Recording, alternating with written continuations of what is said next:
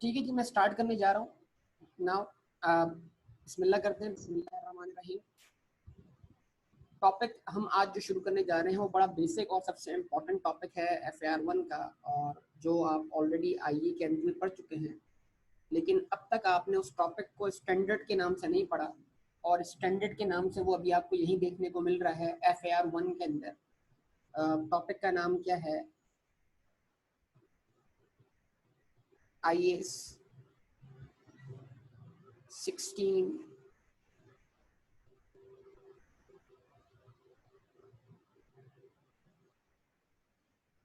Property plant and equipment. ठीक है जी, property plant and equipment याद होगा आपको। यस, तो बिल्कुल बेसिक हमने सारी बातें इसमें कवर की हुई हैं। अब वही बात है जनाब, इंट्रोडक्शन टू अकाउंटिंग पढ़ने के बाद एग्जाम भी दे दिया हमने, और बड़ा इस बार एक क्वेश्चन भी आया वहाँ पर एसेट की कॉस्ट वर्कआउट करने का, जो कि आए कि अपने कहानी बना के सुनाती थी आपको। बहरहाल वो सारी बातें मौजूद थी, वो आपने कवर भी की थी, लेकिन बहरहाल इन डिटेल ये पूरा टॉपिक जो है वो दोबारा आपके सामने है, लेकिन ये बतौर स्टैंडर्ड, इंटरनेशनल अकाउंटिंग स्टैंडर्ड के तौर पर आपके सामने है। मतलब एक स्टैंडर्ड है जो प्रॉपर्टी प्लांट इक्विपमेंट की अकाउंटिंग को डील करता है, और वो स्टैंडर्ड जो प्रॉपर्टी प्लांट इक्विपमेंट की अकाउंटिंग को डील करता है, उस स्टैंडर्ड का नाम क्या है? IE 16। तो IE 16 क्या कहता है कि प्रॉपर्टी प्लांट इक्विपमेंट के डिफरेंट सिनेरियोज क्या होंगे, और उन डिफरेंट सिनेरियोज के अंदर या उन डिफरेंट सिचुएशंस के अंदर हमें उनकी अकाउंटिंग किस तरह परफॉर्म करनी है, ये तमाम बातें वहां पर मौजूद हैं। ठीक है जी, तो ये सारी बातें हमारे सामने हैं और ये सारी बातें हम पढ़ने जा रहे हैं। सबसे पहले हम बात शुरू करने जाते हैं। देखिए, प्रॉपर्टी प्लांट इक्विपमेंट का बैकग्राउंड रखने से पहले हमने कुछ बातें पढ़ी हुई। प्रॉपर्टी प्लांट इक्विपमेंट का बैकग्राउंड रखने की बिना पर, प्रॉपर्टी प्लांट इक्विपमेंट का बैकग्राउंड होने की बिना पर जो है वो हमने कुछ बातें पहले पढ़ी हुई, उनको जरा रिकॉल करने की जरूरत है। ठीक है जी, और वो रिकॉल करने वाली बातें क्या है जी? बोलेंगे भाई बेटा सब लोग। सबसे पहले जो बातें रिकॉल करनी है हमने, वो बातें क्या है? वो बातें हैं जनाब के एसेट क्या है, एसेट की डेफिनेशन क्या है? किसी को याद है बेटा? एसेट एज पर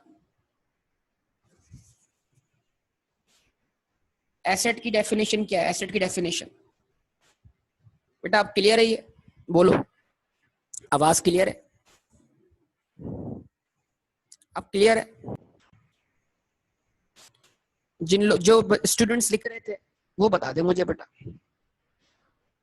साद है, रहमान है, निमरता है। ठीक है बेटा, अब क्लियर है आवाज? ठीक है जी, ओके ना। तो मैं स्टार्ट करने जा रहा हूं। सबसे पहले बेटा आप सबसे बात करने जा रहा हूं, बोलिएगा एसेट। यस, डेफिनेशन क्या है एसेट की? एसेट की डेफिनेशन क्या है? याद होगा?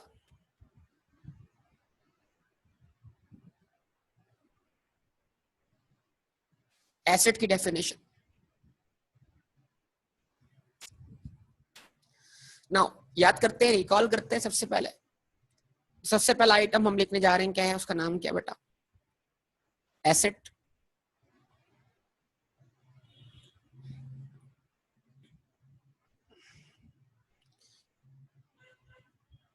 एसेट को कैसे डिफाइन किया गया था, किसी को याद होगा? याद है तो बताइए। याद है किसी को या भूल चुके हैं सब लोग?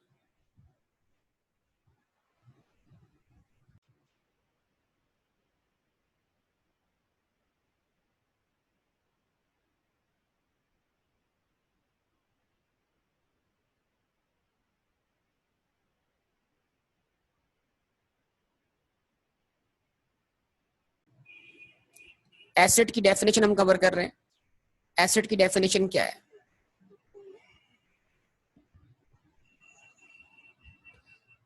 एसेट की डेफिनेशन क्या है नाउ? यस, याद होगा। A resource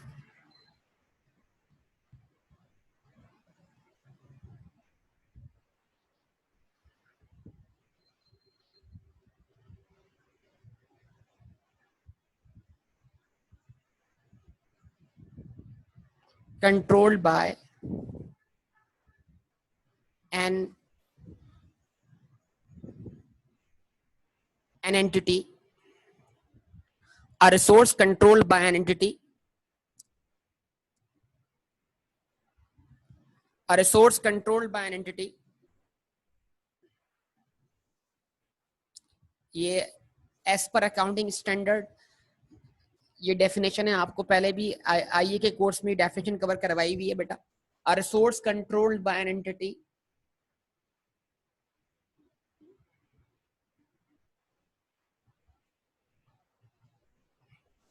as a result of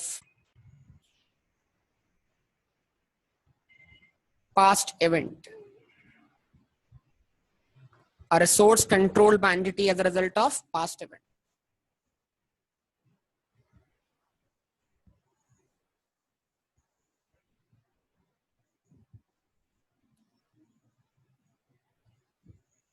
From which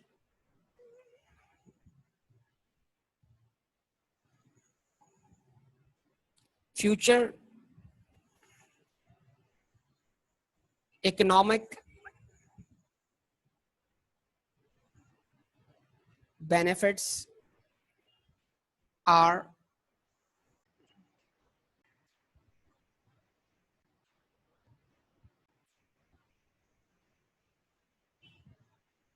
expected to flow the entity.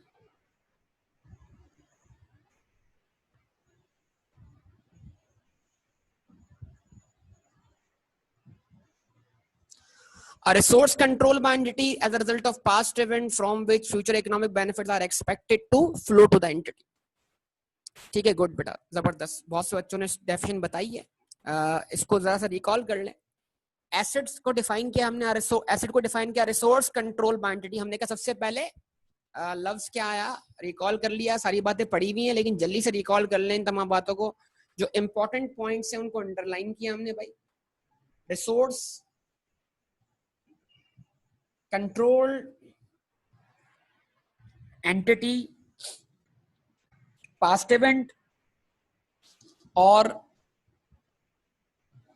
Future economic benefit. ना तो हमने कहा एसेट रिसोर्स है, सोर्स नहीं है, क्योंकि अकाउंटिंग इक्वेशन हम जानते हैं सब। अकाउंटिंग इक्वेशन में आप लिखते हैं assets are equal to equity plus liability.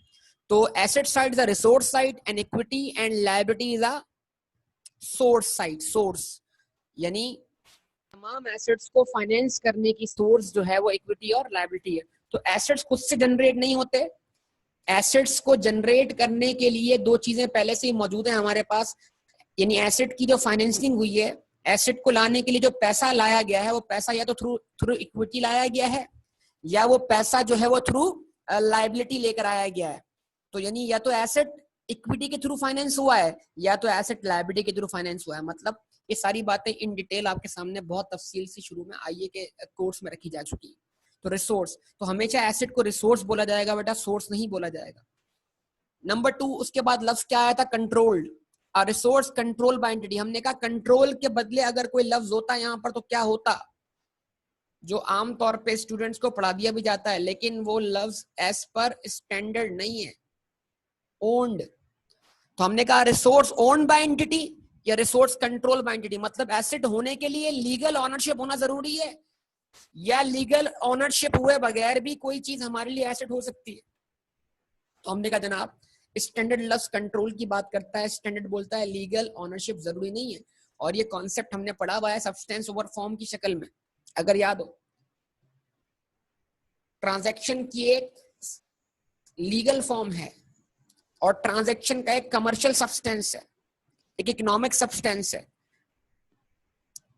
तो ऐसी सिचुएशंस जहां पर लीगल फॉर्म यानी लीगली आप एसेट के मालिक ना हो लेकिन कमर्शियली या इकोनॉमिकली सारे रिस्क एंड रिवॉर्ड्स आपको ट्रांसफर कर दिए गए हों, आप उसको इस्तेमाल ऐसे कर रहे हो जैसे आप उसके मालिक हो लेकिन कागजात पे आपका नाम नहीं है, तो स्टैंडर्ड कहता है वो एसेट आपके लिए एसेट। एग्जांपल लीज की है। लीज और एसेट में एसेट आप ओन नहीं करते। अगर आप किसी बैंक से, अगर आप रेंट ए कार का बिजनेस करते हैं और आप अपने रेंट ए कार का बिजनेस करने के लिए किसी बैंक से 4-5 गाड़ियां लीज पे लेते हैं तो जनाब कागजात पर उन गाड़ियों का ऑनर कौन होगा? बैंक होगा, लेकिन उसके रिस्क एंड रिवॉर्ड्स, उस गाड़ी को यूज करके जो रेंट जनरेट होगा वो आपके बिजनेस का होगा, उस गाड़ी का रिपेयर एंड मेंटेनेंस आपके जिम्मे होगा, उस गाड़ी को एक्सीडेंट हो जाए जो नुकसान होगा वो आपका होगा, सो ऑन। तो मतलब लीज होल्ड एसेट में कंट्रोल उसके पास है जिसने एसेट लीज पे लिया हुआ है, और जिसने एसेट लीज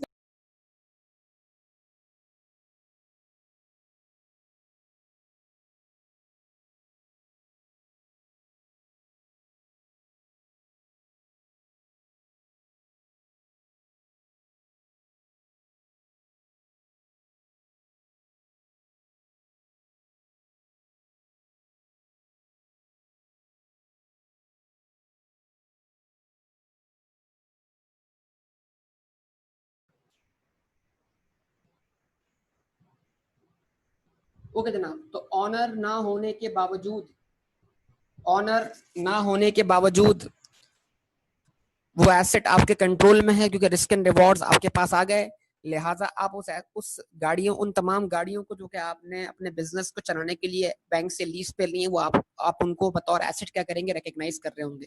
ये तमाम बातें हमें जहन में रखनी है, इन तमाम बातों को हमें मद्देनजर रखने की जरूरत है। ठीक है जी, हम आगे बढ़ते हैं इसको लेकर। Resource control by an entity, entity मतलब कोई भी बिजनेस जिसकी अकाउंटिंग हम करने जा रहे हैं। As a result of past event, हमने कहा जनाब ऑब्वियसली फाइनेंशियल स्टेटमेंट्स के अंदर जो एसेट रिपोर्ट होगा वो पास्ट इवेंट ही होगा, मतलब जिसको हम खरीद चुके हैं किसी भी अकाउंटिंग पीरियड के अंदर। तो जाहिर सी बात है हम एसेट को शो करते हैं किसी भी स्टेटमेंट ऑफ फाइनेंशियल पोजीशन के एंड पर। तो जाहिर सी बात है जब हम उसको रिपोर्ट कर रहे हैं, तो जिस वक्त हम रिपोर्ट कर रहे हैं उस वक्त वो अकाउंटिंग पीरियड मुकम्मल हो चुका है, ये चीज ध्यान में रखिएगा। तो जब वो अकाउंटिंग पीरियड मुकम्मल हो चुका है तो हम उसको अकाउंटिंग पीरियड मुकम्मल होने के बाद ही रिपोर्ट कर रहे हैं बतौर एसेट। कहां पर? Statement of financial position. उसके बाद from which future economic benefits are expected to flow to the entity, इस पर मैं हमेशा बोलता हुआ आया हूं और आप सब जानते हैं, बहुत अच्छी तरीके से जानते हैं कि एसेट होने के लिए एक बुनियादी क्राइटेरिया पूरा होना जरूरी है। वो क्या है कि एसेट उस एक्सपेंडिचर को बोलते हैं, एक्सपेंडिचर जिसके लिए आपकी जेब से आज पैसा खर्च होगा, तो एसेट उस एक्सपेंडिचर को बोलते हैं जिसका इकोनॉमिक बेनिफिट आपको मुस्तकबिल में मिलेगा, जिसका इकोनॉमिक बेनिफिट मिलना बाकी हो। तो जिस एक्सपेंडिचर का इकोनॉमिक बेनिफिट मिलना बाकी है वो एसेट है, जिसका इकोनॉमिक बेनिफिट मिल चुका या मिलने से रह गया वो हमारे लिए एसेट नहीं है। तो एसेट उसी एक्सपेंडिचर का नाम है जिसका इकोनॉमिक बेनिफिट मिलना बाकी है। जिसका इकोनॉमिक बेनिफिट मिल चुका या मिलने से रह गया वो हमारे लिए एसेट नहीं होगा। ठीक है जी, उम्मीद करता हूं यहां तक बात समझ में आई होगी सब लोगों को। ये रिकॉल हो गई बेटा डेफिनेशन एसेट की? तो बता दीजिए मुझे प्लीज, कोई सवाल हो इसके ऊपर, कोई बात हो इसके ऊपर तो बोल दीजिएगा प्लीज। सब लोग चैट में बोल दें प्लीज। बेटा बात क्लियर है? बात क्लियर है? ओके जी, सब बता दें बेटा। हाँ, ये इंटरनेट का मैं कुछ करता हूँ बेटा, अभी कोशिश करता हूँ कि मेरी तरफ से कोई इशू ना हो। अभी थोड़ा सा मेरे पास से इशू हो रहा है तो मैं इसको रिजॉल्व करता हूँ। ठीक है जी, ठीक है जी, ओके। नाउ तो ये सारी बातें हमने यहाँ तक कवर की, हम आगे बढ़ते हैं, हम अगले पेज पे चलते हैं और हम इसको आगे बढ़ाते हैं। अच्छा जी, उसके बाद वो सारी बहस, अब मैं इतनी डिटेल में नहीं पढ़ता कि भाई टेंजिबल एसेट, इनटेंजिबल एसेट। हाँ, अब डायरेक्ट मैं जंप करता हूँ किस चीज पर बेटा, ये बताइए कि प्रॉपर्टी प्लांट इक्विपमेंट क्या था? पीपीई की डेफिनेशन, प्रॉपर्टी प्लांट इक्विपमेंट की डेफिनेशन, प्रॉपर्टी प्लांट इक्विपमेंट की डेफिनेशन क्या थी अगर याद हो किसी को?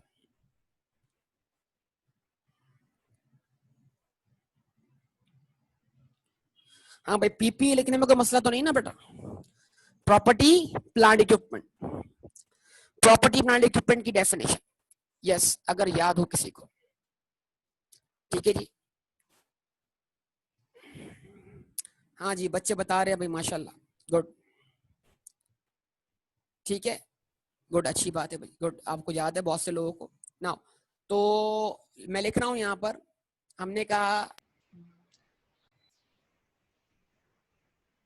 Property plant equipment are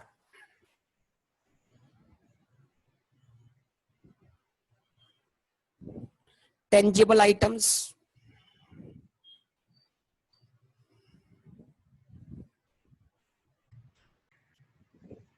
held for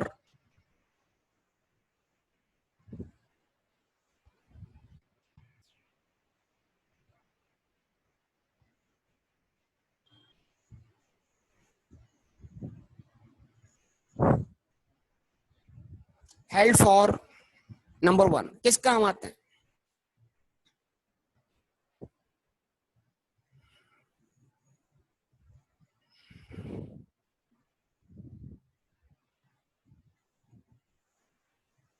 production,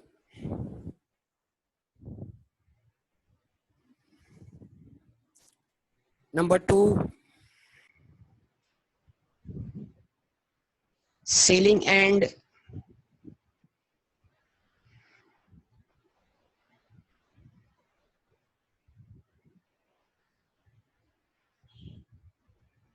distribution,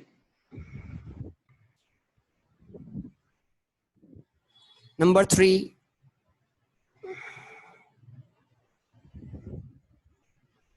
administration,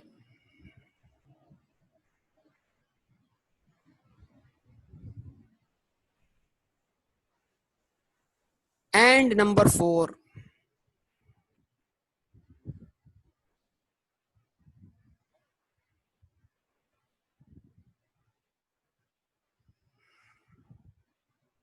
rental to others. So property, plant, equipment are tangible items held for production, selling and distribution, administration and rental to others. और सबसे last में क्या है? And provide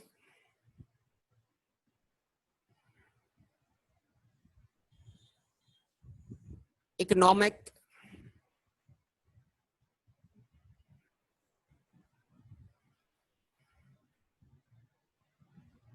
benefit for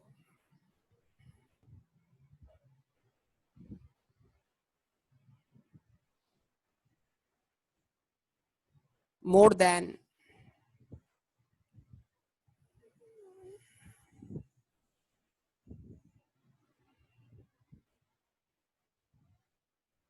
one accounting period.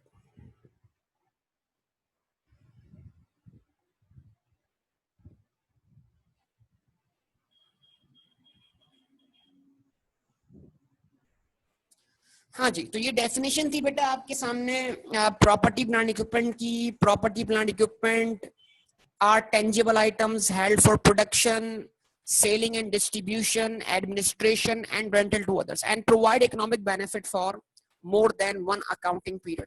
मतलब यानी कि सबसे पहली चीज जो इसमें इंपॉर्टेंट है वो क्या है जनाब? प्रॉपर्टी प्लांट इक्विपमेंट जो है वो टेंजिबल आइटम्स हैं. टेंजिबल आइटम्स यानी ये फिजिकली एग्जिस्ट करते हैं. टेंजिबल होने का मतलब क्या? ये फिजिकली एग्जिस्ट करते हैं. They are not intangible, they are tangibles. तो property plant equipment are tangible items, ये फिजिकली एग्जिस्ट करते हैं. हेल्ड फॉर किस काम आते हैं? हैं ये एसेट. यानी पहली बात है कि इनको एसेट की डेफिनेशन तो पूरी करनी है. अब उसके अलावा इनमें क्या प्रॉपर्टीज पाई जाती है? तो क्या हर एसेट प्रॉपर्टी प्लांट इक्विपमेंट है? नो, हर एसेट प्रॉपर्टी प्लांट इक्विपमेंट नहीं है. हर एसेट प्रॉपर्टी प्लांट इक्विपमेंट नहीं है. हर एसेट प्रॉपर्टी प्लांट इक्विपमेंट नहीं है. ठीक है जी. तो वो कौन से एसेट हैं जो प्रॉपर्टी प्लांट इक्विपमेंट है? जो ये फंक्शन परफॉर्म करें. इनमें से कोई सा भी एक फंक्शन परफॉर्म कर दें. या तो वो काम है प्रोडक्शन के, या वो काम है सेलिंग एंड डिस्ट्रीब्यूशन के, या वो काम है एडमिनिस्ट्रेशन के, या वो काम है रेंटल टू अदर्स के. और सबसे बढ़ के एक और बात कि प्रॉपर्टी प्लांट इक्विपमेंट एसेट की कौन सी कैटेगरी में फॉल करते हैं? Non current assets. And provide economic benefit for more than one accounting period. इस डेफिनेशन को समझने के लिए हम I16 में classes of property plant equipment दी गई हैं, उनकी तरफ जाते हैं ताकि हम प्रॉपर्टी प्लांट इक्विपमेंट की डेफिनेशन का classes of property plant equipment की डेफिनेशन से हम रिलेशनशिप बना सकें, ताकि ये दो बातें आपस में क्या हो जाए? रिलेट हो जाए. अब वो दो बातें क्या हैं? देखिएगा, ये डेफिनेशन आपके सामने आ चुकी है. मैं नेक्स्ट पेज पे क्या लिखने जा रहा हूँ? मैं नेक्स्ट पेज पे प्रॉपर्टी प्लांट इक्विपमेंट की क्लासेस लिखने जा रहा हूँ.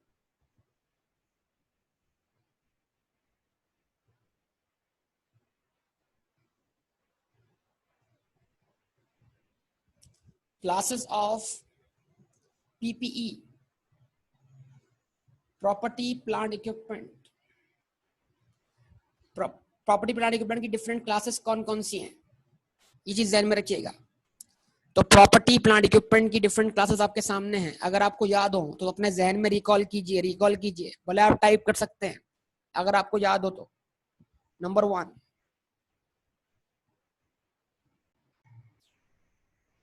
Land.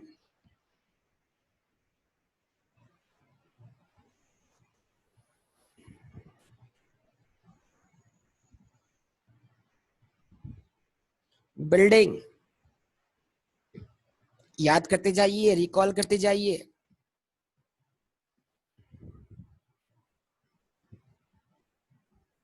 Plant and machinery,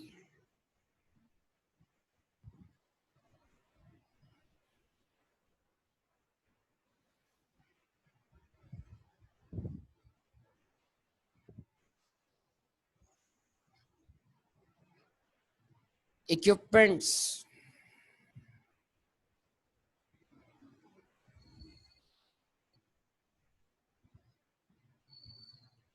number 4, furniture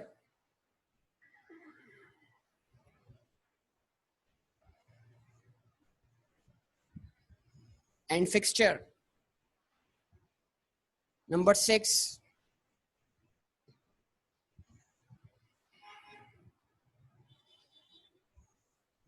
vehicles. Number 7,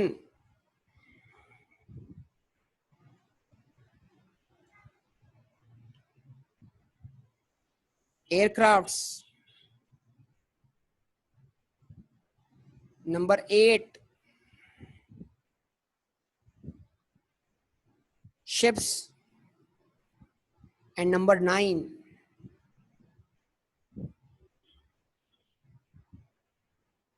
bearing plants। ठीक है जी, अब ये आपके सामने एक लिस्ट आ गई है। IE16 ने ईस्ट को प्रॉपर्टी प्लांट इक्विपमेंट कहा है। बेटा बिल्कुल सही हमजा, फ्रूट बेयरिंग प्लांट्स, बिल्कुल। तो IE16 ने इनको प्रॉपर्टी प्लांट इक्विपमेंट कहा है। तो लैंड को प्रॉपर्टी प्लांट इक्विपमेंट कहा है, बिल्डिंग को प्रॉपर्टी प्लांट इक्विपमेंट कहा है, प्लांट एंड मशीनरी को प्रॉपर्टी प्लांट इक्विपमेंट कहा है, equipments, furniture and fixtures, vehicles, aircraft, ship.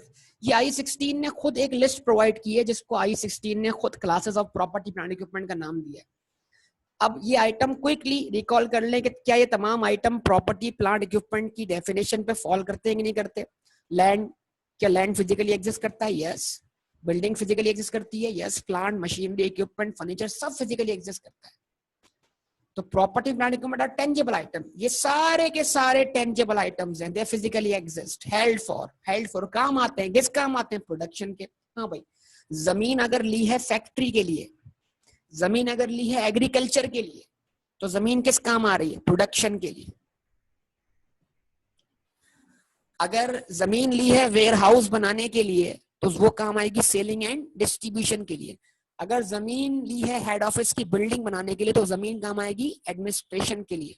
और अगर जमीन इजाफी है, जरूरत से ज्यादा है, तो जमीन किसी को पार्किंग बनाने के लिए भी रेंट पे दी जा सकती है, तो रेंटल टू अदर्स भी हो गई। ये बात समझ में आती है बेटा? ओके। उसके बाद अब एक चीज ध्यान में रखिएगा, आपके कोर्स में एक हिस्सा है investment property. Rental to others वाला मामला लैंड और बिल्डिंग को इन्वेस्टमेंट प्रॉपर्टी में फॉल करवा देगा। ये अभी मेरी बहस नहीं है। जाहिर सी बात है मैं लैंड और बिल्डिंग को पीपी में से एक्सक्लूड करूंगा। कब करूंगा? लेकिन जब मैं आपको इन्वेस्टमेंट प्रॉपर्टी पढ़ा रहा हूँ, इन्वेस्टमेंट प्रॉपर्टी पढ़ाते वक्त मैं इस हवाले से बात करूंगा। ठीक है जी? अच्छा जी, अब उसके साथ बेटा जवाब देता हूं मैं, थोड़ा सा बात हटके हो जाएगी ये वाली। ठीक है, आपको जवाब देता हूँ। ओके ना, तो लैंड हो गया, फिर बिल्डिंग काम आ रही है किसके बेटा? बिल्डिंग अगर फैक्ट्री है तो प्रोडक्शन काम आ रही है, बिल्डिंग अगर वेयर हाउस है तो रेंट क्या कहते हैं सेलिंग एंड डिस्ट्रीब्यूशन के काम आ रही है, बिल्डिंग अगर हेड ऑफिस है तो क्या कहते हैं एडमिनिस्ट्रेशन के काम आ रही है। और अगर बिल्डिंग जो है वो खाली है, किसी को रेंट पे दी हुई है, तो रेंटल टू अदर्स है, सो ऑन। इस तरह plant, machinery, equipment, they are all what tangible items held for production, selling and distribution, administration and rental to others. इन सब पे अप्लाई कर सकते हैं आप सब लोग। बहरहाल अभी आपके सामने एक गुफ्तगू रख दी गई है। फिर क्लासेस का मतलब क्या होता है, क्लास क्यों बोला गया है? देखिए एक क्लास देख लीजिए, furniture and fixture, chair furniture है, टेबल फर्नीचर है, दरवाजे खिड़कियां जो हैं, विंडोज एंड डोर्स जो हैं, डोर्स एंड विंडोज जो हैं वो क्या है आपके लिए फिक्सचर्स हैं। क्लास में लगा हुआ बोर्ड फिक्सचर है, सीलिंग फैन फिक्सचर है, कारपेट जो बिछा हुआ है वो फिक्स हुआ है, ठीक है जी, कर्टेन्स लगे हुए हैं। ये सारे के सारे जो हैं वो ये सारे आइटम्स जिस क्लास में फॉल करते हैं उस क्लास का नाम जो है वो फर्नीचर एंड फिक्सचर है। तो अब चेयर को चेयर के नाम से नहीं, टेबल को टेबल के नाम से नहीं, बोर्ड को बोर्ड के नाम से नहीं, विंडो को विंडो के नाम से नहीं, चेयर को क्या कहते हैं, डोर को डोर के नाम से नहीं, बल्कि इनको उस क्लास में रिकॉर्ड किया जाएगा, उनको क्लास में रिकॉर्ड किया जाएगा जिस क्लास का नाम क्या है, फर्नीचर एंड फिक्सचर। जी तला का सवाल है, how ships can be used for administration purpose. जरूरी नहीं बेटा तला के सारी कैटेगरीज पूरी करें।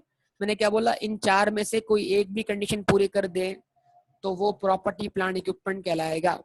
मतलब ये फंक्शंस हैं और इन चार में से किसी एक फंक्शन का पूरा होना क्या है, जरूरी है। अगर इन चार में से कोई एक भी फंक्शन परफॉर्म हो तो उसको हम पीपी कहलाएंगे।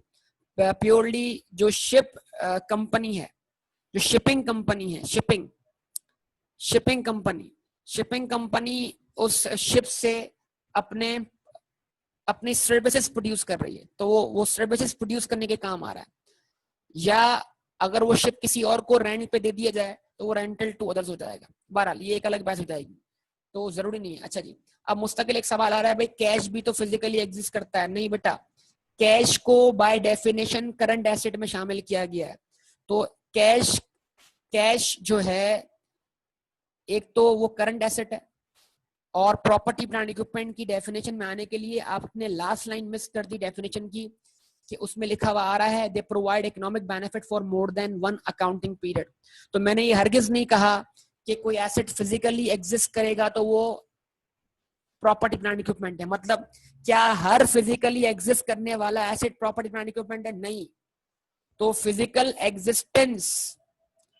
एग्जिस्टेंस होने के साथ साथ फंक्शंस भी जरूरी हैं, production, selling and distribution, administration and rental to others. और उसके साथ साथ एक और कंडीशन भी पूरी करनी है। वो कंडीशन क्या है? Provide economic benefit for more than one accounting period. तो ये पूरी डेफिनेशन हम पढ़ेंगे, हम डैशिंग के किसी एक हिस्से को नहीं पिक कर लेंगे। तो प्रॉपर्टी प्लांट इक्विपमेंट पिक करने के लिए हमें कंप्लीट डेफिनेशन देखने की जरूरत है, ना कि डेफिनेशन का एक हिस्सा। तो सिर्फ फिजिकल एग्जिस्टेंस होना जरूरी नहीं है, फिजिकल एग्जिस्टेंस होना जरूरी नहीं है, ठीक है ना बेटा? ओके, यहां तक सारी बातें आपके सामने मैंने रख दी।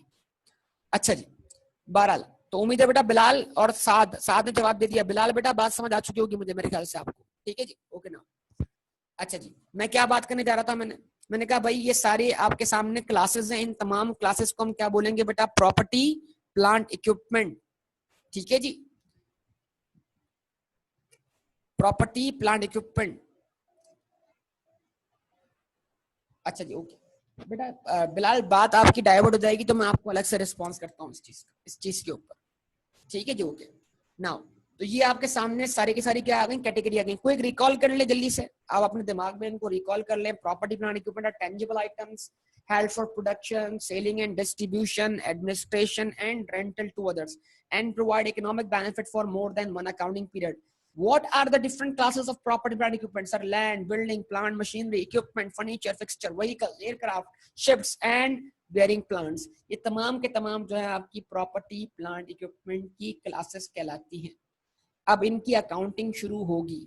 अकाउंटिंग मतलब अगर आपने लैंड परचेज किया है तो आप उसको कैसे अकाउंट करें? आपने बिल्डिंग परचेज की है, प्लांट एंड मशीनरी परचेज किया है, आपने इक्विपमेंट परचेज किया है, आपने फर्नीचर एंड फिक्सचर परचेज किया है, आपने एयरक्राफ्ट शिप्स परचेज किए हैं, आपने बेयरिंग प्लांट परचेज किया है, तो आप इनकी अकाउंटिंग कैसे करेंगे?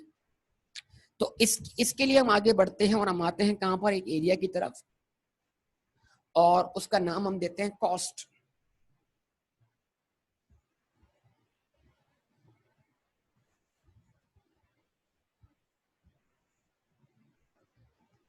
याद होगा आपको cost. What is cost? What is cost? Cost क्या है?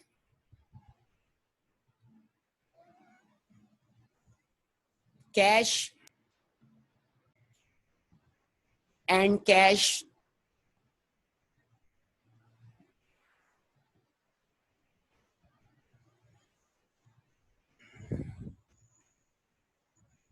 equivalent paid.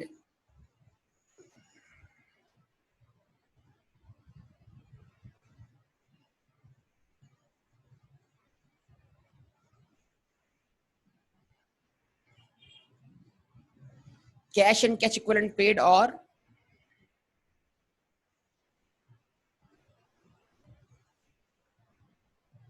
fair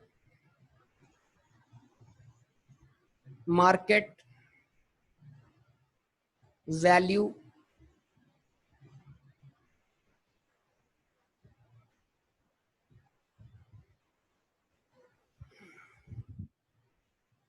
fair market value of an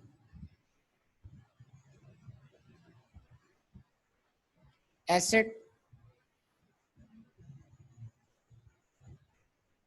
given up or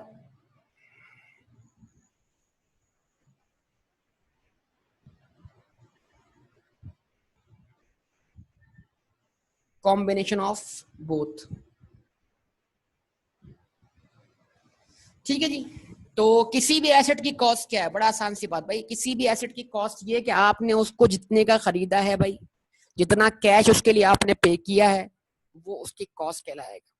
अच्छा, बात जब ऐसा होता है कि किसी एसेट को आप एक्सचेंज करते हैं, एक एसेट दे के दूसरा एसेट लेते हैं, तो उसके लिए फॉर्मूला क्या बताया? Fair market value of an asset given up. यानी किसी एसेट को खरीदने के लिए अगर आप कोई दूसरा एसेट सरेंडर करते हैं, तो जो जाने वाला एसेट है, जो जाने वाला एसेट है, उस जाने वाले एसेट की फेयर मार्केट वैल्यू, जो उसकी फेयर मार्केट वैल्यू है, वो आने वाले की कॉस्ट कहलाएगी। जाने वाले एसेट की फेयर मार्केट वैल्यू आने वाले एसेट की कॉस्ट कहलाएगी। एग्जाम्पल से इसको कवर किया हुआ था पहले भी, लेकिन अभी भी दोबारा रिकॉल करवाऊंगा। और कॉम्बिनेशन ऑफ बोथ, हो सकता है कि आपने पार्टली कैश पे किया हो और पार्टली कोई एसेट दिया हो। तो 3 एग्जाम्पल्स दी थी, अगर आपको याद हो वो 3 एग्जाम्पल्स क्या हैं, उन 3 एग्जाम्पल्स की बात कर लेते हैं। इसमें मैंने कहा था एक केस 1,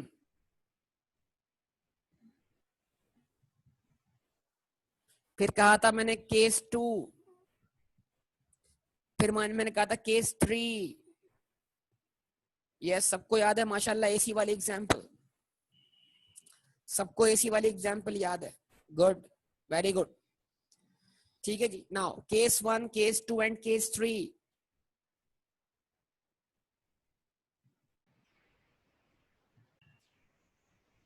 यहां लिख रहा हूं मैं कैश पेड। वर्कआउट क्या कर रहा हूं मैं सर? वर्कआउट कर रहा हूं मैं कॉस्ट। बड़ी सिंपल सी एग्जांपल, सर मैंने एक एसी परचेज किया मार्केट से, उसको मैंने परचेज किया 45,000 का फॉर एग्जांपल। तो कॉस्ट किसे बोलते हैं? लागत को। यानी इस एसेट को हासिल करने के लिए मैंने क्या लगाया, मेरी जेब से क्या खर्च हुआ, मेरी जेब से क्या गया। तो जो आपकी जेब से जाता है वो किसी आने वाले चीज की क्या कहलाएगी? कॉस्ट कहलाएगी।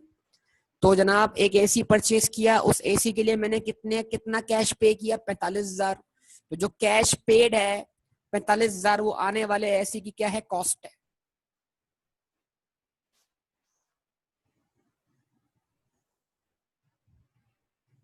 तो मैंने सिर्फ और सिर्फ सर कैश देकर, सिर्फ और सिर्फ कैश देकर इस एसेट को परचेज कर लिया, सिर्फ कैश देकर इस एसेट को परचेज कर लिया।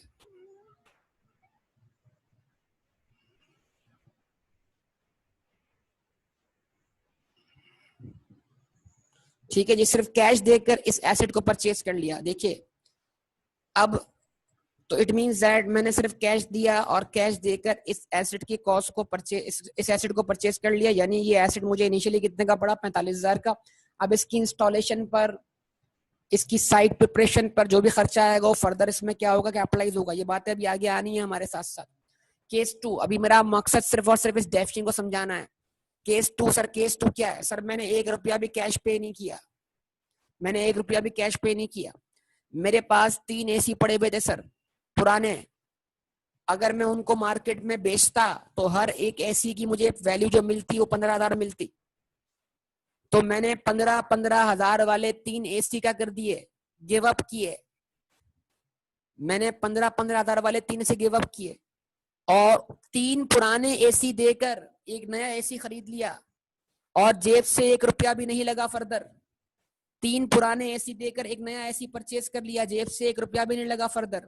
तो अब क्या है जनाब, अब जाने वाले जो 3 एसी हैं उनकी फेयर मार्केट वैल्यू कुल मिलाकर कितनी है? 45,000। वही आने वाले ऐसे की क्या बन जाएगी? कॉस्ट बन जाएगी 45,000। तो 3 एसी जिसमें से हर एक की मार्केट वैल्यू 15,000 है, 15,000 प्लस 15,000 प्लस 15,000, तो मेरे पास से क्या गया? 3 पुराने एसी गए। अगर मैं उनको बेचता तो मेरी जेब में क्या आता? 45,000। वो 45,000 मेरी जेब में नहीं आया, बल्कि उसके बदले मैंने एक नया एसी हासिल कर लिया। तो फिर वही 45,000 रुपए मेरे नए एसी की क्या बन जाएंगे? कॉस्ट बन जाएंगे।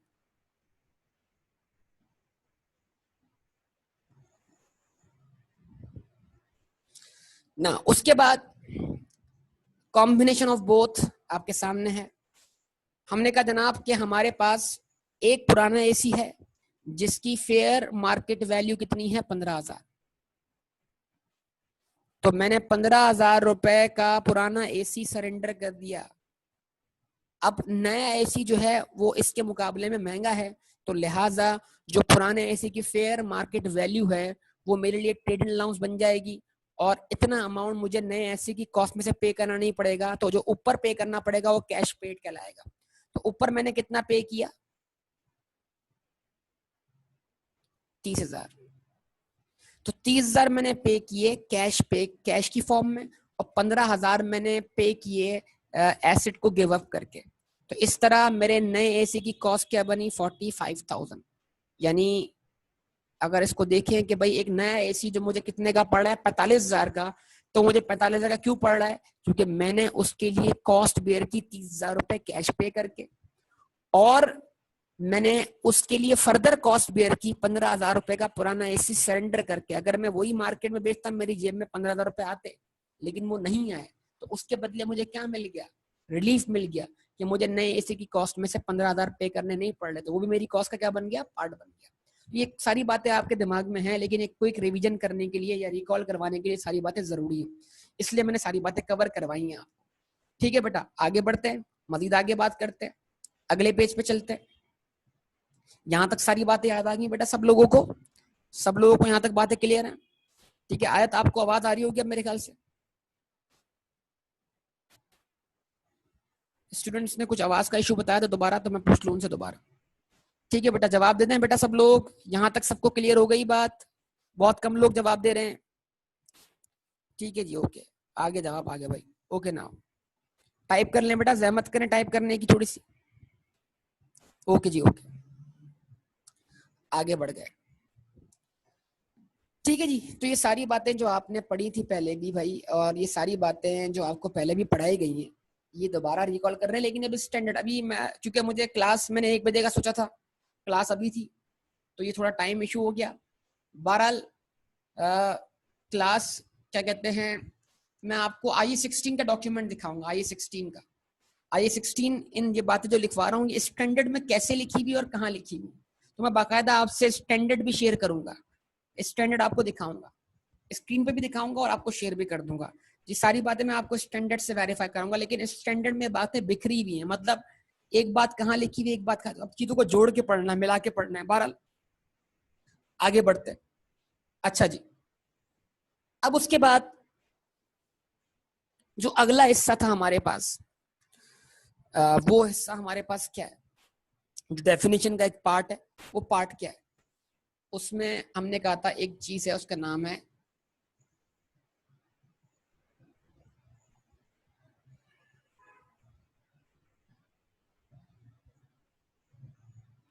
Depreciation, yes depreciation,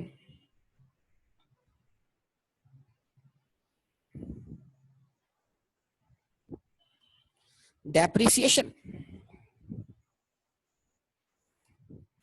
depreciation.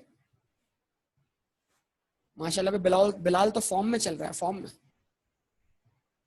है Bilal.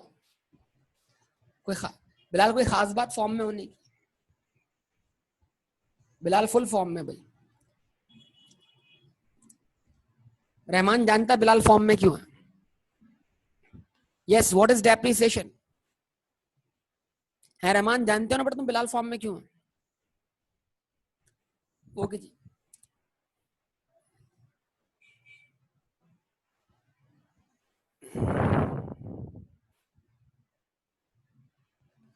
Okay, now what is depreciation?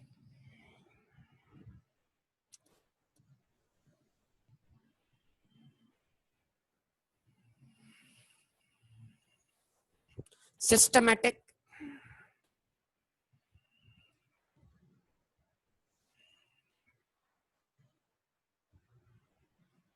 allocation of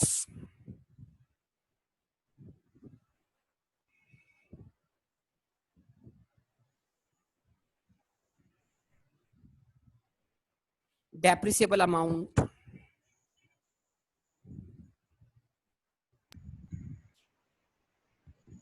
over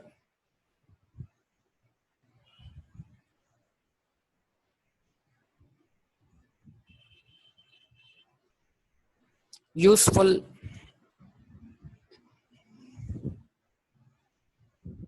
life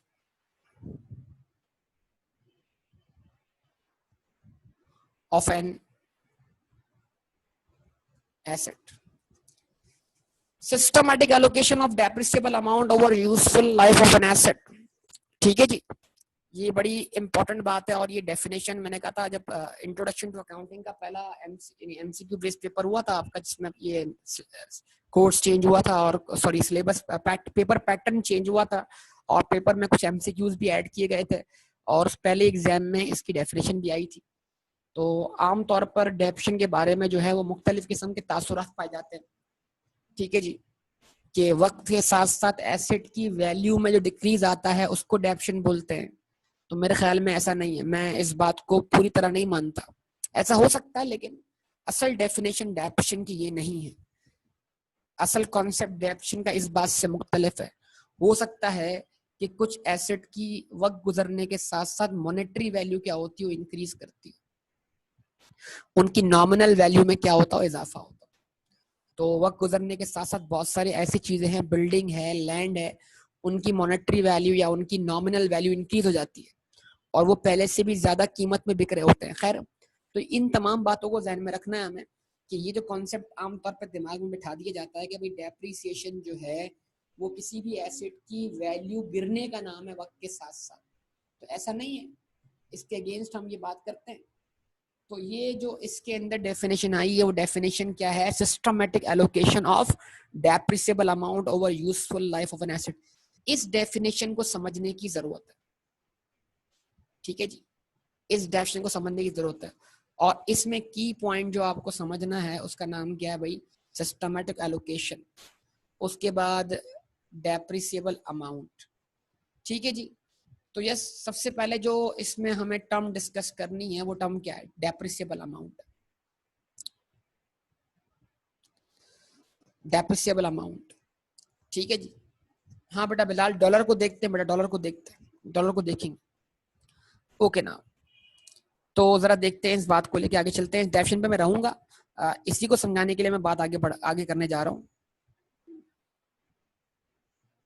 ठीक है, अच्छा जी, वो बात क्या देखिएगा सब लोग। सबसे पहली चीज,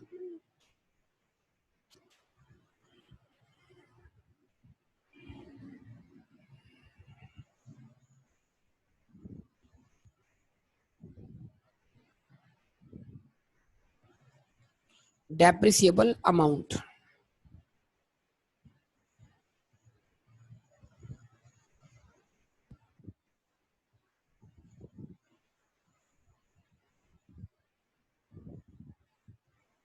ठीक है जी।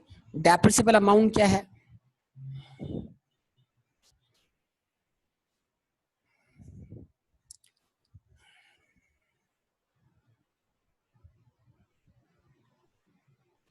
डेप्रिसिएबल अमाउंट नहीं बेटा खजर, वो जो है जो आप बोल रहे हो वो किसी और चीज की रेफरेंस है। ठीक है जी। सिंपल डेफिनेशन है इसकी डेप्रिसिएबल अमाउंट की, वो क्या है?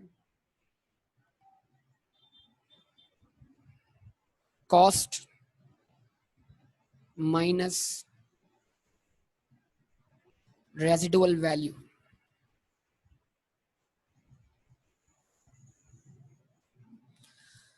डेप्रिसिएबल अमाउंट अगर हम एसेट की कॉस्ट, जिसको अभी हम पढ़ चुके थोड़ी देर पहले, तो कॉस्ट को अगर आप कॉस्ट में से अगर आप एक हिस्सा निकाल लें जिसको हम क्या बोलेंगे, रेजिडुअल वैल्यू, तो जैसे आप रेजिडुअल वैल्यू वाला हिस्सा कॉस्ट में से अलग कर लेते हैं, तो कॉस्ट में से अलग करने के बाद जो बचेगा उसको हम क्या बोलते हैं बेटा, डेप्रिसिएबल अमाउंट।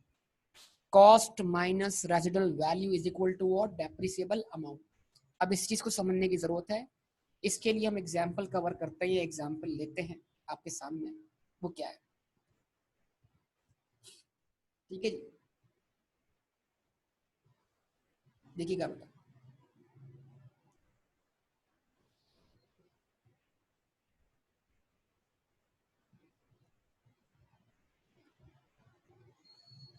हमने कहा एक एसेट है, उसकी कॉस्ट है 1,20,000 रुपये। ठीक है जी, उसकी कॉस्ट है 1,20,000 रुपये।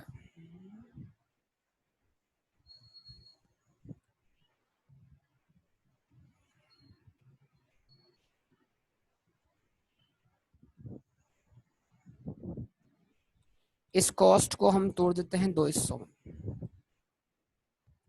इस कॉस्ट को हम तोड़ देते हैं दो हिस्सों में।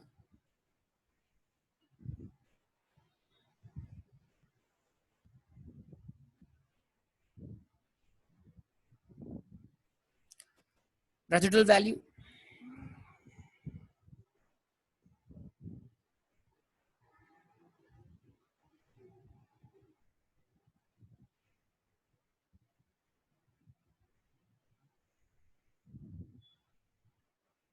Depreciable amount. इस कॉस्ट को हम दो हिस्सों में कैसे तोड़ते हैं, देखिएगा। दो हिस्सों का मतलब क्या है, इसको अच्छी तरह से में रखिएगा। देखिए, अब यहां से हम जो बात करने जा रहे हैं वो थोड़ी टेक्निकल बात है कि जो 1,00,000 रुपए अगर आपने एसेट पे कॉस्ट खर्च की है, 1,20,000 रुपए का जो पैसा आपने खर्च किया है किसी भी एसेट की कॉस्ट पर, किसी भी एसेट पर आपने जो 1,20,000 रुपए खर्च किए हैं, वो उस एसेट की कॉस्ट है।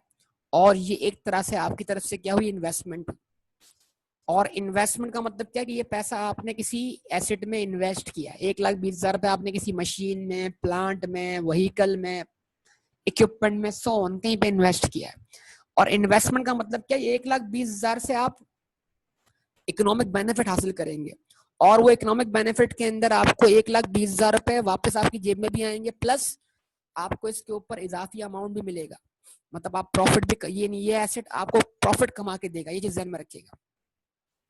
तो जरा सोचिएगा जनाब, 1,20,000 रुपए लगाए हैं, तो 1,20,000 रुपए वापस कैसे आएंगे आपकी जेब में, इस तरह सोचना है इस चीज को। तो हम बोलते हैं कि हम इस केस में इस 1,20,000 रुपए जो हम लगाए इसको हम दो हिस्सों में तोड़ देते हैं कि 1,20,000 रुपए में जो रेजिडुअल वैल्यू है, फॉर एग्जाम्पल रेजिडुअल वैल्यू हमने मान ली कितनी, 20,000 रुपए। हमने कहा रेजिडुअल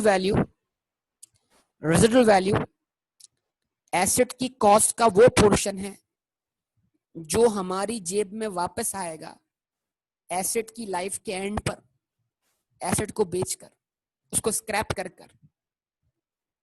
यानी जब एसेट की लाइफ, जितनी भी लाइफ हम इसकी अज्यूम करते हैं, अभी जाहिर सी बात है एक क्वेश्चन में तो अज्यूम करेंगे, तो रेजिडुअल वैल्यू एसेट की कॉस्ट का वो पोर्शन है जिसका इकोनॉमिक बेनिफिट हमें हासिल होगा कब, एसेट की लाइफ के एंड पर बिक कर, एसेट को बेचकर। यानी हम अपने 1,20,000 रुपए जो हमने लगाए हैं उसमें से 20,000 रुपए हम वापस हासिल कर पाएंगे कब, जब एसेट अपनी लाइफ मुकम्मल करेगा, उसको बेचकर हम हासिल कर पाएंगे। लेकिन अगर मैं इस 1,20,000 में से ये 20,000 रुपये क्या कर लेता हूं, अलग कर लेता हूं, तो फिर जो आंसर मेरे पास बचता है वो आंसर क्या बचता है, वो आंसर बचता है 1,00,000 रुपए। कॉस्ट, कॉस्ट कितनी, ऊपर जो इक्वेशन लिखी है जरा उसको फॉलो कीजिएगा। कॉस्ट कितनी, 1,20,000। रेजिडुअल वैल्यू कितनी, 20,000। तो जैसे ही मैंने 1,20,000 में से 20,000 क्या कर दिया, अलग कर दिए, तो जो आंसर बचा वो आंसर 1,00,000 के बराबर है। और इस 1,00,000 को मैं डेप्रिशिएबल अमाउंट बोल रहा हूं, यानी कि डेप्रिशिएबल अमाउंट एसेट की कॉस्ट का वो पोर्शन है जिसको मैं रिकवर करूंगा, जो मेरी जेब में वापस आएगा। कैसे आएगा, एसेट को यूज करके। तो मैं फिर अपनी बात रिपीट कर रहा हूं कि एसेट एक तरह की इन्वेस्टमेंट है, और इन्वेस्टमेंट के लिए उसूल ये होता है कि इन्वेस्टमेंट में जो पैसा लगाया होता है वो आपकी मुस्तकबिल में आपकी जेब में प्रॉफिट के साथ वापस आना होता है। तो अब वो वापस दो तरीकों से आएगा। एक तरीका क्या है कि एसेट को यूज करके वापस लाएं, और एक तरीका यह है कि एसेट को बेचकर आप उसको अपनी रकम को वापस निकाल लें। तो हम बोलते हैं रेजिडुअल वैल्यू एसेट की कॉस्ट का वो पोर्शन है जो एसेट को बेचकर हम अपनी जेब में वापस हासिल कर पाएंगे। कब, जब इस एसेट को हम मुकम्मल तौर पे यूज कर चुके होंगे। और जैसे ही हम आज एक अंदाजा लगा लेते हैं कि भाई जब ये एसेट की लाइफ कंप्लीट होगी, फॉर एग्जांपल 4 इयर्स इसकी लाइफ है, 4 साल के एंड पर जब ये अपनी लाइफ मुकम्मल कर लेगा, तो 4 साल के एंड पर इस एसेट को बेचकर हमें जो रेजिडुअल वैल्यू मिलेगी वो 20,000 मिलेगी। मतलब 1,20,000 लगाई हुई इन्वेस्टमेंट में से 20,000 रुपए तो हमें वापस आते हुए दिखाई दे रहे हैं क्लियरली 4 साल के एंड पर। अब बचा कितना अमाउंट, 1,00,000 रुपए। ये 1,00,000 रुपए हमें कैसे मिलेगा, ये 1,00,000 रुपए हमें हासिल होगा यूजेज के हिसाब से। यूजेज मतलब हम इसको 4 साल इस्तेमाल करते जाएंगे, 4 साल में ये एसेट हमें रेवेन्यूज जनरेट करके देगा, और इस तरह ये हमें रेवेन्यूज जो जनरेट करके दे रहा होगा, उन रेवेन्यूज के अंदर इस एसेट की कॉस्ट का पोर्शन भी क्या होगा, शामिल होगा। तो हम बोल सकते हैं कि डेप्रिशिएबल अमाउंट एसेट की कॉस्ट का वो पोर्शन है जिसका इकोनॉमिक बेनिफिट हमें मिलेगा मुस्तकबिल में एसेट को यूज करके, मुस्तकबिल में एसेट को यूज करके। तो अब ये बात यहां तक जहन में रखिएगा, और यहां तक जहन में रखने के बाद अब मैं दोबारा जाता हूं प्रीवियस पेज पर ताकि आप दोबारा रिकॉल कर सकें definition. What is depreciation, systematic allocation. आसान लफ्जों में सिस्टमैटिक एलोकेशन का मतलब यह है कि आपको तोड़ना है। किसको तोड़ना है, इस डेप्रिसिएबल अमाउंट को। डेप्रिसिएबल अमाउंट एसेट की कॉस्ट का वो पोर्शन है जो आपकी जेब में वापस आएगा over the useful life of the asset, यानी एसेट को कंज्यूम करके। तो डेप्रिसिएशन किसको बोलते हैं, सिस्टमैटिकली एलोकेट करने को। किस चीज को सिस्टमैटिकली एलोकेट करना है, डेप्रिसिएबल अमाउंट को over useful life of an asset, यानी डेप्रिसिएबल अमाउंट के उतने हिस्से बना दें बेसिकली जितनी उसकी क्या है, लाइफ है। तो जरा अगले पेज पे दोबारा वापस जाते हैं। अब अगर फॉर एग्जांपल मैं ये मान लूं कि एसेट की लाइफ कितनी है, 4 साल, तो अगर मैं इस 1,00,000 रुपए को डिवाइड बाय 4 कर दूं, तो डिवाइड बाय 4 करने का मतलब क्या है कि पर ईयर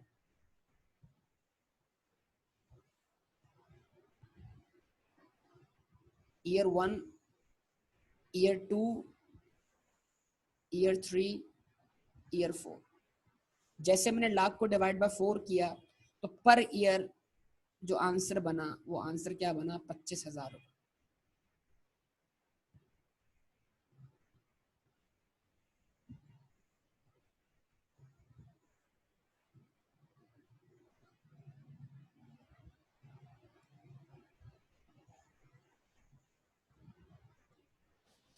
ठीक है जी, तो ये आपके सामने है। What is depreciation, depreciation the systematic allocation of depreciable amount over useful life of an asset. तो हमने क्या किया, सबसे पहले कॉस्ट में से निकाल ली रियल वैल्यू, जो अमाउंट बचा वो बचा डेप्रिसिएबल अमाउंट के बराबर, जो हमारी जेब में वापस आएगा ओवर यूजफुल लाइफ, और उसको हमने डिवाइड बाय लाइफ कर दिया। तो हमें पर ईयर एक पोर्शन मिल गया, 25,000, 25,000, 25,000, 25,000, यानी ये 1,00,000 रुपए जो एसेट की कॉस्ट का पार्ट है, जिनको हम डेप्रिसिएबल अमाउंट बोल रहे हैं, ये हमारी जेब में वापस आ रहे हैं 4 साल में। तो ईयर 1 का जो रेवेन्यू होगा उसमें हमारी उस रेवेन्यू के अंदर हमारे एसेट की कॉस्ट का एक पोर्शन 25,000 शामिल होगा। ईयर 2 के जो रेवेन्यूज होंगे उसके अंदर भी हमारी कॉस्ट का पोर्शन 25,000 शामिल होगा। ईयर 3 के जो रेवेन्यूज होंगे उसके अंदर भी हमारी कॉस्ट का पोर्शन 25,000 शामिल होगा।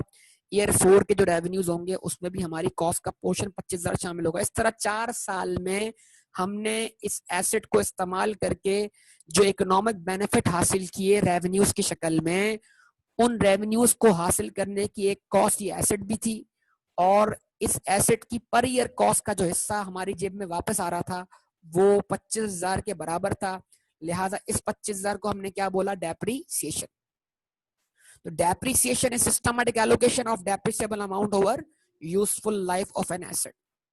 ये चीज ध्यान में रखिएगा, ठीक है जी। तो इस तरह 4 साल में हमारे रेवेन्यूज ने हमें हमारी लगाई हुई कॉस्ट रिकवर करके दे दी 1,00,000 रुपए। और फिर अब जब 4 साल एंड हो गए, अब हम एसेट को मार्केट में बेच दें, अगर बेचकर हमें 20,000 मिल जाते हैं तो जो 20,000 में मिलेंगे उसके जरिए हमारे लगाए हुए कॉस्ट का 20,000 रुपया भी हमारी जेब में क्या आ गया, वापस आ गया, जिसको हमने नाम दिया किस चीज का, रेजिडुअल वैल्यू का।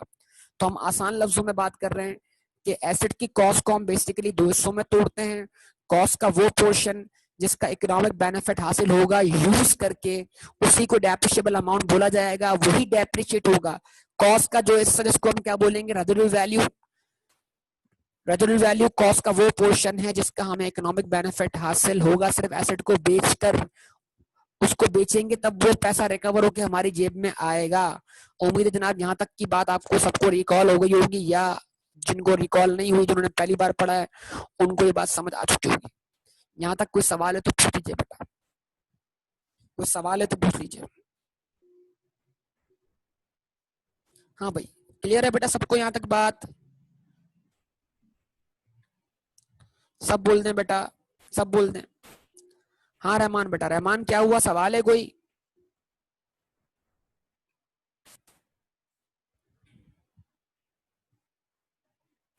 ओके, क्योंकि क्लास थोड़ी सी आज मैंने लेट शुरू की थी बेटा, टाइमिंग का इशू था, तो मैं फिल वक्त इसको यहीं स्टॉप करूंगा। अब हमारी क्लास रोजाना होगी और टाइमिंग यही रहेंगी मेरे ख्याल से इंशाल्लाह, ठीक है जी। तो इसको फिल वक्त मैं यहाँ तक स्टॉप करता हूँ। फिर कल मैं आपके सामने स्टैंडर्ड भी रखूंगा, और ये बातें मैंने आपको रिकॉल तो करवा दी अभी, स्टैंडर्ड आपके सामने रखूंगा और उसको भी देखिएगा आप कि IE16 में ये बातें किस तरह लिखी हुई हैं, ताकि आपकी एक स्टैंडर्ड पे भी नजर पड़ जाए। ये देखें स्टैंडर्ड किस शक्ल में मौजूद है, ठीक है जी। ओके जनाब, यहाँ तक मैं इसको स्टॉप करता हूँ।